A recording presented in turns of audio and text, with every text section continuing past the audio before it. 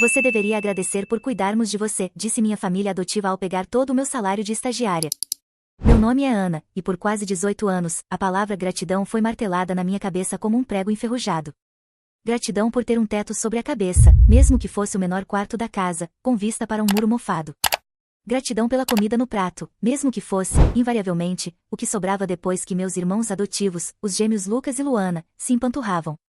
Gratidão por ter sido salva por Roberto e Marta, meus tios-avós, que me adotaram quando meus pais biológicos faleceram num trágico acidente de carro, eu tinha apenas 3 anos. Uma gratidão que, descobri cedo demais, tinha um preço, minha individualidade, meus sonhos e, mais recentemente, cada centavo do meu suado salário de estagiária. Eu nunca fui tratada como filha. Sempre fui a Ana, a adotada, a menina que demos um lar. Um lembrete constante da minha condição de agregada, de peça sobressalente numa família que já parecia completa demais com seus herdeiros de sangue. Lucas e Luana, 2 anos mais velhos que eu, eram os príncipes da casa. Tudo para eles era do bom e do melhor, roupas de marca, os melhores celulares, cursos de inglês e espanhol, viagens nas férias. Para mim, sobrava o uniforme escolar remendado, o celular de segunda mão que Lucas descartava, e a vaga promessa de que um dia, quem sabe, a gente vê isso para você também. Esse dia, claro, nunca chegava. Desde os 12 anos, eu era responsável por boa parte das tarefas domésticas. Enquanto Luana estava no shopping com as amigas e Lucas na aula de jiu-jitsu, era eu quem lavava a louça do almoço, passava as roupas da família inteira e ajudava minha tia Marta a preparar o jantar. É bom para você aprender a ser prendada, Ana. Ninguém vai querer casar com uma mulher que não sabe cuidar de uma casa, ela dizia, com aquele sorriso condescendente que me revirava o estômago. Meu refúgio eram os estudos. Devorava livros, passava horas na biblioteca da escola, sonhando em conseguir uma bolsa numa boa universidade e, finalmente, ter minha independência. E, aos 16 anos, um fio de esperança surgiu, consegui um estágio numa pequena empresa de contabilidade no centro da cidade. Era meio período, o salário era o mínimo, mas para mim, representava a chance de juntar meu próprio dinheiro, de ter algo que fosse verdadeiramente meu. Ledo engano. No dia do meu primeiro pagamento, cheguei em casa com um envelope pardo na mão, o coração aos pulos, já imaginando o que faria com aqueles primeiros R$ 350. Talvez comprar um livro novo para o vestibular, ou quem sabe, só quem sabe, um tênis novo, já que o meu estava com um buraco na sola. Marta me esperava na sala, com um sorriso que não me enganava. Roberto, meu tio, estava ao lado dela, com sua usual expressão de quem carrega o mundo nas costas, e espera ser recompensado por isso. E então, Ana, querida, Marta começou, a voz melosa. O primeiro salário, que emoção. Seu tio e eu estávamos justamente conversando sobre como as despesas da casa aumentaram este mês. É, menina, emendou Roberto. Luz, água, supermercado, criar 3 adolescentes não é fácil, sabe? Ainda mais uma que veio de fora e a gente acolheu com tanto carinho. Entendi na hora. O dinheiro no envelope não era meu. Nunca seria. Você deveria agradecer por cuidarmos de você, Ana, disse Marta, estendendo a mão. É o mínimo que você pode fazer para retribuir tudo o que fizemos e fazemos. Esse dinheiro vai ajudar a pagar as contas da família que te deu tudo. Entreguei o envelope. Cada cédula ali representava horas de trabalho, planilhas conferidas, cafés servidos para chefes mal-humorados. E tudo ia para o ralo da gratidão que eles tanto me cobravam. Aquilo se tornou a rotina. Todo santo dia de pagamento, meu salário era confiscado integralmente. Eu continuava com minhas roupas velhas, meus sapatos furados, meus sonhos adiados. Lucas e Luana, por outro lado, pareciam se beneficiar diretamente do meu sacrifício. Roupas novas, saídas mais frequentes, lanches mais caros na cantina da escola. E eu, a idiota, trabalhando para sustentar os luxos dos filhos de verdade. Mas havia um segredo. Um segredo que eu guardava a 7 chaves no fundo do meu coração e numa pasta de documentos escondida debaixo do meu colchão. Meus pais biológicos. Eu mal me lembrava deles, apenas flashes de sorrisos e abraços. Mas, alguns anos antes, remexendo em caixas velhas no porão a pedido de Marta, mais uma tarefa para a agregada, encontrei uma pequena caixa de metal enferrujada. Dentro, cartas antigas do meu pai biológico para minha mãe, fotos amareladas e, o mais importante, cópias de documentos que mencionavam um seguro de vida considerável e uma conta poupança que ele havia aberto em meu nome, com instruções claras para que fosse usada para meus estudos e meu futuro. Havia também uma cópia do termo de adoção, onde Roberto e Marta se comprometiam, perante um juiz, a administrar esses bens e a me prover uma pensão mensal retirada desses fundos até que eu completasse 18 anos. Uma pensão que eu nunca vi. Um dinheiro que, eu tinha certeza, estava sendo usado por eles para financiar o padrão de vida da família perfeita deles, enquanto eu era tratada como um fardo e uma fonte de renda extra. Passei meses, às escondidas, pesquisando na internet, aprendendo sobre meus direitos. Descobri que, ao completar 18 anos, eu teria acesso legal àquela conta e poderia questionar a administração dos meus bens. Aquele conhecimento era minha âncora, minha esperança. Cada salário confiscado, cada humilhação, cada olhar de desprezo, era mais um tijolo na muralha de ressentimento e determinação que eu construía dentro de mim. Eu estava jogando um jogo longo, esperando pacientemente o meu momento. A situação chegou a um ponto crítico alguns meses antes do meu 18º aniversário. A escola estava organizando uma viagem de formatura para o litoral. Nada luxuoso, apenas um fim de semana num hotel simples com a turma. Mas, para mim, era a chance de ter uma experiência normal, de me sentir como os outros adolescentes. O custo não era exorbitante, e eu sabia que, se tivesse acesso a apenas uma pequena parte do meu salário de estágio, poderia pagar. Criei coragem e, numa noite, durante o jantar, toquei no assunto. Tia Marta, tio Roberto, a escola está organizando a viagem de formatura. Eu queria muito ir. Será que eu poderia usar uma parte do meu salário deste mês para pagar? O silêncio que se seguiu foi pesado. Lucas e Luana pararam de comer e me encararam com uma mistura de surpresa e zombaria. Marta suspirou, aquele suspiro teatral de mártir. Ana, querida, você sabe como as coisas estão difíceis. Seu primo Lucas precisa de um tênis novo para a educação física, a Luana tem um trabalho da escola que exige material caro. Mas é o meu salário, argumentei, a voz um pouco mais alta do que eu pretendia. Eu trabalhei por ele. Foi Roberto quem respondeu, a voz grave, sem espaço para contestação. Enquanto você morar debaixo do meu teto e comer da minha comida, Ana, o seu salário é para ajudar esta família. E você deveria ajoelhar e agradecer todos os dias por termos tirado você daquela situação em que seus pais te deixaram. Esse dinheiro não é seu, é nosso, pela sua criação. E se você não está satisfeita, a porta da rua é a serventia da casa. A porta da rua. De novo, essa ameaça. A mesma que pairava sobre mim desde que eu me entendia por gente. Mas, desta vez, havia uma diferença. Eu não baixei a cabeça. Olhei para ele, para Marta, para Lucas e Luana, que agora sorriam abertamente. E, por dentro, uma contagem regressiva começou. Faltavam apenas 3 meses para o meu aniversário de 18 anos. 3 meses para a minha liberdade. 3 meses para a conta finalmente chegar. Naquela noite, não chorei. Fui para o meu quarto, peguei a pasta debaixo do colchão e reli cada documento. A promessa do meu pai biológico, as obrigações legais dos meus tios. A raiva era uma brasa viva dentro de mim, mas havia também uma excitação quase febril. O dia da minha vingança estava próximo. E seria meticulosamente planejado. Enquanto meus irmãos desfilavam com roupas novas compradas com meu suor, e meus tios se lamentavam das despesas extras que eu representava, ignorando convenientemente o dinheiro que eu trazia para casa e a herança que eles embolsavam, eu passava minhas noites em claro, não só estudando para o vestibular, mas também para a batalha legal que se aproximava.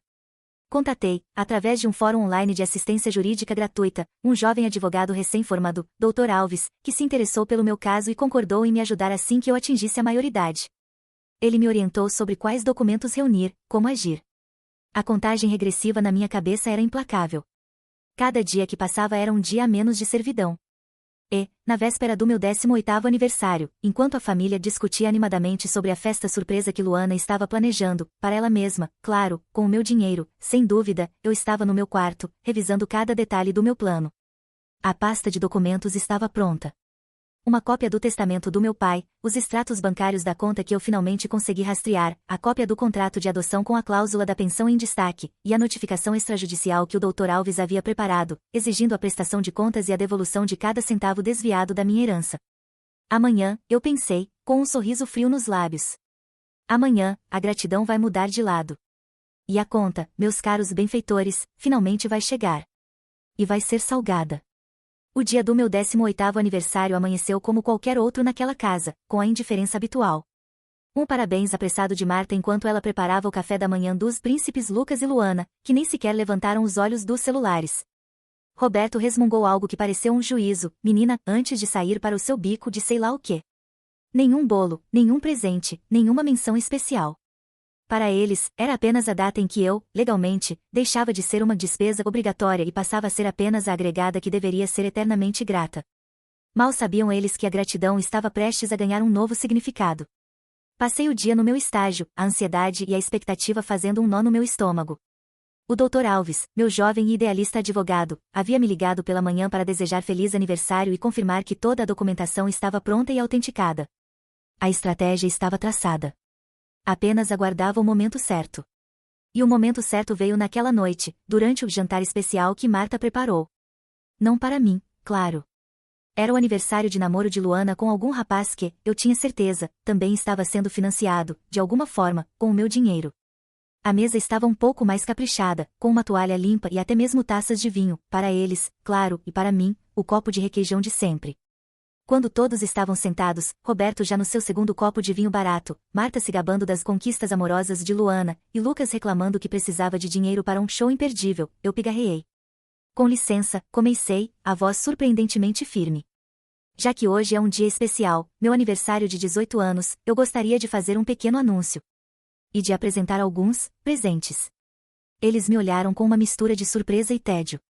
Provavelmente acharam que eu ia pedir dinheiro para alguma futilidade minha. Coloquei minha mochila sobre a mesa e, de dentro dela, retirei a pasta de documentos que guardei como um tesouro por tantos anos. A primeira coisa que coloquei sobre a toalha limpa foi um extrato bancário. Um extrato que eu havia conseguido com muito custo, através de uma liminar que o Dr. Alves obteve na semana anterior, de uma conta poupança no Banco do Brasil em meu nome, aberta pelo meu falecido pai biológico. O saldo, mesmo depois de anos sem movimentação, ou com as movimentações administrativas que eles fizeram, era considerável. O suficiente para pagar algumas faculdades, dar entrada num apartamento, recomeçar a minha vida com dignidade. Que palhaçada é essa, Ana? Roberto rosnou, já visivelmente irritado com a interrupção do seu vinho. Isso, tio Roberto, respondi, calmamente, é o extrato de uma conta que meu pai, o meu pai biológico, deixou para mim. Para os meus estudos. Para o meu futuro. Um futuro que, segundo vocês, eu não tinha ponto. Marta empalideceu. Lucas e Luana pararam de rir e se entreolharam, confusos. Mas não é só isso, continuei, pegando o segundo documento. Era a cópia autenticada do termo de adoção. Com a cláusula da pensão alimentícia mensal, que eles deveriam ter me repassado religiosamente, retirada dos rendimentos daquela conta, em destaque amarelo fluorescente. Este é o contrato que vocês assinaram perante um juiz. Onde se comprometiam, entre outras coisas, a me prover uma pensão, oriunda dos meus próprios recursos, para minhas despesas pessoais e educação. Uma pensão que, em 15 anos, eu nunca vi a cor. Fiz uma pausa, deixando a informação assentar. O silêncio na sala era tão denso que dava para ouvir o zumbido da geladeira velha na cozinha. Vocês não só se apropriaram indevidamente do dinheiro que meu pai me deixou, prossegui, a voz ganhando um tom gelado, como também me exploraram, confiscando cada centavo do meu salário de estagiária, sob a alegação de que eu deveria ser grata. Pois bem, eu fiz as contas. Coloquei sobre a mesa uma planilha detalhada, elaborada com a ajuda do Dr. Alves. Cada salário meu que eles pegaram. Cada mês de pensão não paga, corrigida com juros e correção monetária. O valor total era de revirar os olhos. Um valor que, eu sabia, eles não teriam como pagar nem em 10 vidas. Isso é um absurdo. Uma armação, Marta gritou, levantando-se de supetão, o rosto vermelho de raiva e pânico. Você está nos acusando de roubo, sua ingrata? Ingrata, sorri, um sorriso que não chegava aos olhos. Ingrata por querer de volta o que é meu por direito? Ingrata por não querer mais ser explorada e humilhada por aqueles que deveriam me proteger e me amar? Nós te demos um lar, comida, educação, Roberto berrou, o tom ameaçador de sempre. Um lar onde eu era a empregada não remunerada. Comida que muitas vezes era o resto dos seus filhos. E educação básica, enquanto os recursos que meu pai deixou para minha educação de qualidade eram desviados para os luxos de Lucas e Luana. Não, tio. Vocês não me deram nada. Vocês tiraram. Tiraram minha infância, minha dignidade, meu dinheiro. E agora, eu quero tudo de volta. Foi então que apresentei o presente final. Uma notificação extrajudicial, formal, com o timbre do escritório do Dr. Alves. E, anexada a ela, uma cópia da petição inicial de uma ação de prestação de contas e ressarcimento de danos materiais e morais, que seria protocolada no fórum na manhã seguinte. Isto, eu disse, colocando o envelope na frente deles, é o meu presente de aniversário para vocês. Uma chance de devolverem, amigavelmente, cada centavo que me roubaram. Caso contrário, a justiça o fará. E, acreditem, os juros judiciais são bem menos amigáveis. O caos se instalou. Marta começou a chorar histericamente, acusando-me de ser um monstro sem coração. Roberto andava de um lado para o outro, praguejando, ameaçando, dizendo que eu não perderia por esperar. Lucas e Luana, pela primeira vez na vida, pareciam realmente assustados, a ficha caindo de que o castelo de cartas da vida fácil deles estava prestes a desabar. Eu me levantei. Peguei minha mochila, que já estava estrategicamente arrumada com minhas poucas roupas e documentos. A gratidão que vocês tanto me cobraram, tios, tinha um preço. E a conta chegou. Com juros e correção monetária, repeti as palavras que ensaiei mentalmente por tanto tempo. Eu estou de mudança hoje mesmo. O Dr. Alves tem meu novo endereço. Espero o contato de vocês, ou do advogado de vocês, em breve. Saí daquela casa sem olhar para trás. O som dos gritos e do choro deles ecoava nas minhas costas, mas, pela primeira vez em 18 anos, eu me senti leve. Livre. Nos meses que se seguiram, a batalha foi árdua, mas o Dr. Alves foi implacável. Meus tios tentaram de tudo, se fizeram de vítimas, alegaram ignorância, tentaram me desqualificar. Mas os documentos eram irrefutáveis. Diante da iminência de um escândalo judicial e da possibilidade de perderem até mesmo a casa onde moravam, que, descobrimos, estava com diversas parcelas de IPTU atrasadas, pagas com o dinheiro que deveria ser da minha pensão, eles cederam. Fizeram um acordo. Tiveram que vender o carro do ano de Roberto, as joias de família de Marta, que, eu suspeitava, também foram compradas com meu dinheiro, e até mesmo pediram um empréstimo considerável no nome de Lucas e Luana, que finalmente tiveram que encarar a dura realidade de arrumar empregos de verdade para pagar as próprias dívidas e ajudar a família a me ressarcir. Não recuperarei tudo, sei disso. Anos de desvios são difíceis de rastrear.